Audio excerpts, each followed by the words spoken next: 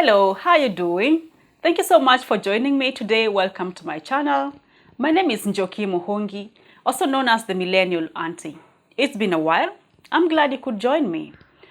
Today I would like to share with you a few things that I have been growing in, or rather a few areas in which I've been growing. There's a list of things that as I evolve, I have been getting more confident with or more confident in, and I have realized that these things are really serving me, and some of them are beliefs, and they are really helping me to grow into the person that I want to be. And I may not be there yet. I'm still growing because every day I learn new things and I apply them and I become a better person, because when we know better, we should actually do better. Even when you feel low, you can still go. Even when you feel slow, you can still go. Even when there's no hope, you can still go. I never answer to no, man, I still go. Go, go, go, go, go, go, go, go, go, go, go, go, yeah, go. Hustle hard, hustle every single day. Top on that list is saying no when I need to. Now, you must have heard that no is a complete sentence, and when your answer is no to something, you should stand by your no, and you don't really have to explain yourself. Now, this has been of service to me because I have realized that I am this kind of person who sometimes can have trouble saying no when I need to, because sometimes you think when you say no, you're going to upset someone, or you are not being very open to new ideas or new things.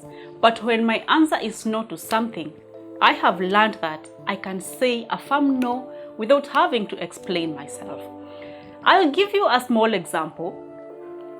A few years back, that's a few years, I would say more than 3 years back, I was in a position in life where I was really still experimenting with life, and sometimes I found myself among people who are maybe quite influential, and it's because they are your friends, because your friends can influence you. And I realized that some of the habits that these friends of mine had was things like partying and taking alcohol. And sometimes when the alcohol was presented, when I was in the company of these people, I would say my flimsy no, because I don't believe there's anything good in alcohol. And sometimes my no would be challenged. I would be encouraged, like, just take.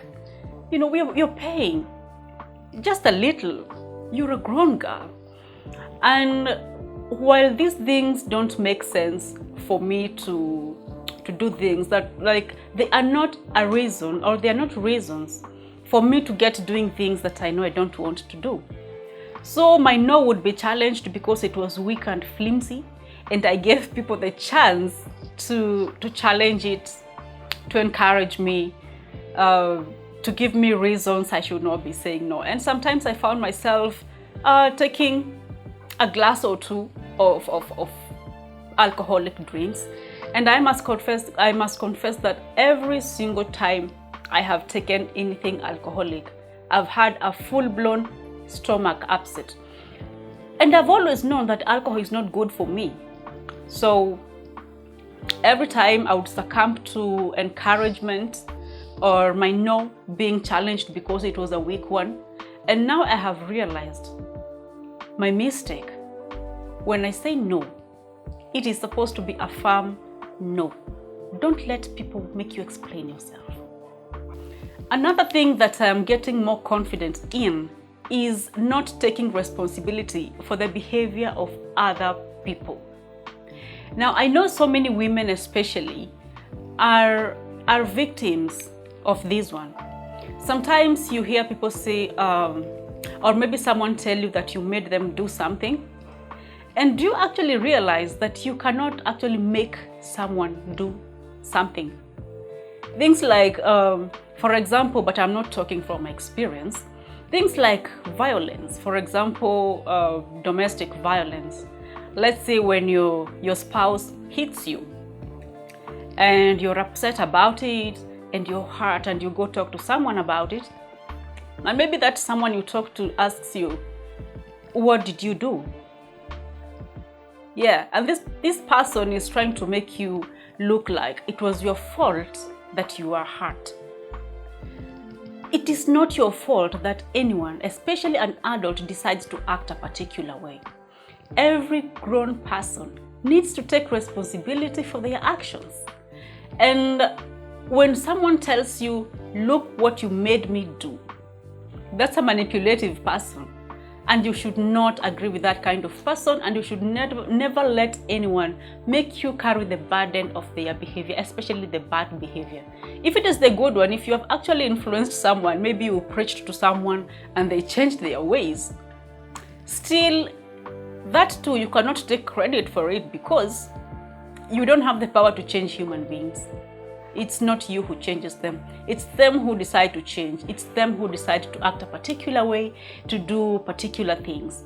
So yes, no matter how someone behaves, and no matter who they are, as long as this is an adult especially, I am not taking responsibility for anyone's behavior. I am only taking responsibility for my behavior. What I decide to do, what I think is good to be done, everything that I have done, whether it's a mistake or something good, it's my job to take responsibility for what I have done. The other thing that I am getting confident in is having firm boundaries. Now, this one is also related to the first two that I have talked about. And this one is also something I've been having a challenge with.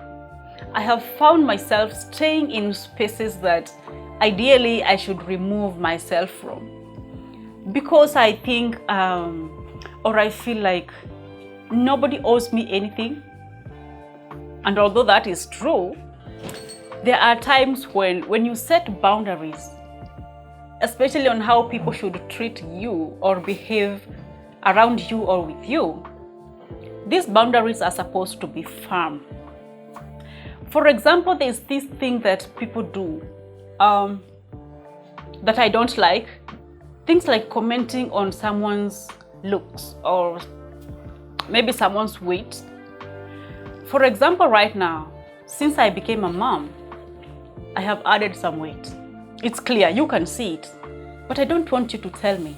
I know, because most people are not coming from a good place with those kinds of comments. That you've added weight. Oh, you've grown big. You've nini. I know you are not coming from a good place with such comments, especially if we are not close. My close friends are allowed to say a thing or two. They are my friends. I also tell them things, and we are more open with one another. But when you make it a habit to comment on things that are not really your business, you are overstepping boundaries. And I have found myself telling people that never again should you tell me anything about my body. Don't even tell me I have, just don't comment. Wachana nayo. If I look sick, not your business. If I look fat, not your business. And if I look tall, if I look pale, unless you're a medical doctor and you're concerned that maybe you're concerned with my health, you can come to me, depending especially on who you are, and tell me, have you considered looking into this matter? Have you considered medical attention on this matter? That is just an example, commenting on how people look or how their bodies are. And there's also something else, another example that I'm going to give. How people behave in your space. You see, if you come into my space and violate me, I will remove myself from the space if it is not my space. If it is my space, you will go. And if it is your space, I will remove myself from it. Boundaries. And this can apply to things, including how people treat you in relationships. There is a way you cannot let people talk to you. if people are talking to you in a way that puts you down, or insulting you, or cursing at you, or yelling at you, you tell them, I am not going to let you talk to me like that. Or, I'm not going to let you behave like that in my house. Or, I do not appreciate you doing this or that. And be firm with your words, be firm with your attitude, be firm with your tone, and make sure that if they go ahead and do that which you don't want or violate your boundaries, make sure there are consequences. I'm not saying you beat them up or anything, but if someone goes ahead and does that which they know you do not appreciate, you have the choice to let this person go. You have the choice to make sure that you and that person are in the same place or in the same space. The other thing that I am really getting confident with is taking a break when I need a break. Being the accommodative person I am, sometimes I can find myself carrying everybody else's burdens and responsibilities on top of mine. Find myself taking care of other people's business, taking care of my business as well, but feeling like as long as I have not dropped dead, I can keep going. And that is not good. It's not good for my health. It's not good for my mental well-being. And that is something that I'm learning to do. Taking a break when I need to. And that also goes for work. There's this place I was working, and sometimes I would request to go on leave. I'll just take some days off because I feel overwhelmed or I feel like I need a break. And you find that your supervisor has the audacity to tell you no. Sometimes it makes sense depending on what is going on. But I believe that you need to take breaks. You really need them. And taking breaks is not something you're supposed to be begging or apologizing for. And it is something that people need to learn to let other people to do. And I have realized that if people are not going to let me take breaks, I will let myself take the breaks so that I can rejuvenate, so that I can refill my cup. Because you can only pour from a full cup, so that you're giving people the best of what it is that you're giving them. If you continue to go on and on and on and on, and not taking any rest or taking time to rejuvenate, you'll find yourself living a mediocre life and giving people a tired you or a worn out you, which is really not fair, especially to the people that you love. You really need to give them a good part of you, a healthy you. There's something else also. I'm getting more confident with disagreeing with people's beliefs and opinions without trying to make them feel like their beliefs and opinions are invalid. Sometimes I have found myself maybe disagreeing with someone and also thinking that my opinions and beliefs are the right ones. That is really not fair. And it's important that I learn to let people believe what they want to believe what works for them, believe what they want to see, because as you believe, so shall you see. It's important for people to have their own opinions and those opinions be respected. So I have learned, I'm continuing to learn to disagree with you without feeling like I'm or acting like I'm challenging you, so that you can come to my side. If you decide to adopt my beliefs and my thoughts and my opinions, well and good, and I hope they serve you. If you don't believe in the same things that I believe in, it is okay, and there's nothing wrong with you. And if I don't believe in the same things that you believe in, it is okay, and there's nothing wrong with me.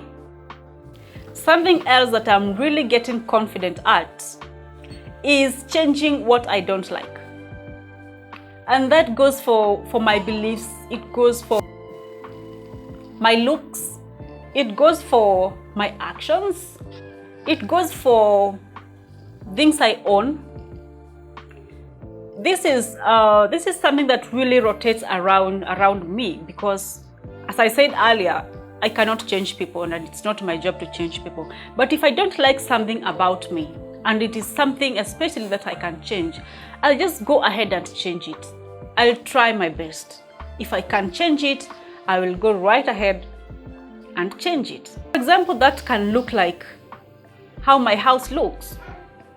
I used to have this tendency of, maybe if I have moved into some house and it doesn't look the way I want, but it has a few things that I like and other things that I don't like, I would complain and complain and complain the whole time and not do anything about it. For example, where we lived, we moved in and there was a color of paint that we didn't really like. And in the past, I would be like, just sit around and complain, or call the owners of the house and complain that the house looks like this and like that. This is what I'm talking about. The color that was here, it's a color that we didn't like. And because we love color white, we just went ahead and changed it. We did not complain to anyone. We complained amongst ourselves and we looked for solutions and went ahead to implement them. Last on this list is healing at my own pace. Now, as grown-ups, or not even just as grown-ups, as human beings, we experience situations or things that can hurt us. We get emotional wounds, even physical ones, but emotional ones can take time to heal. Now, different people take different durations to heal. And because healing is not linear, it is okay not to follow people's expectations of when you are supposed to have healed or let go of whatever it is that pained you.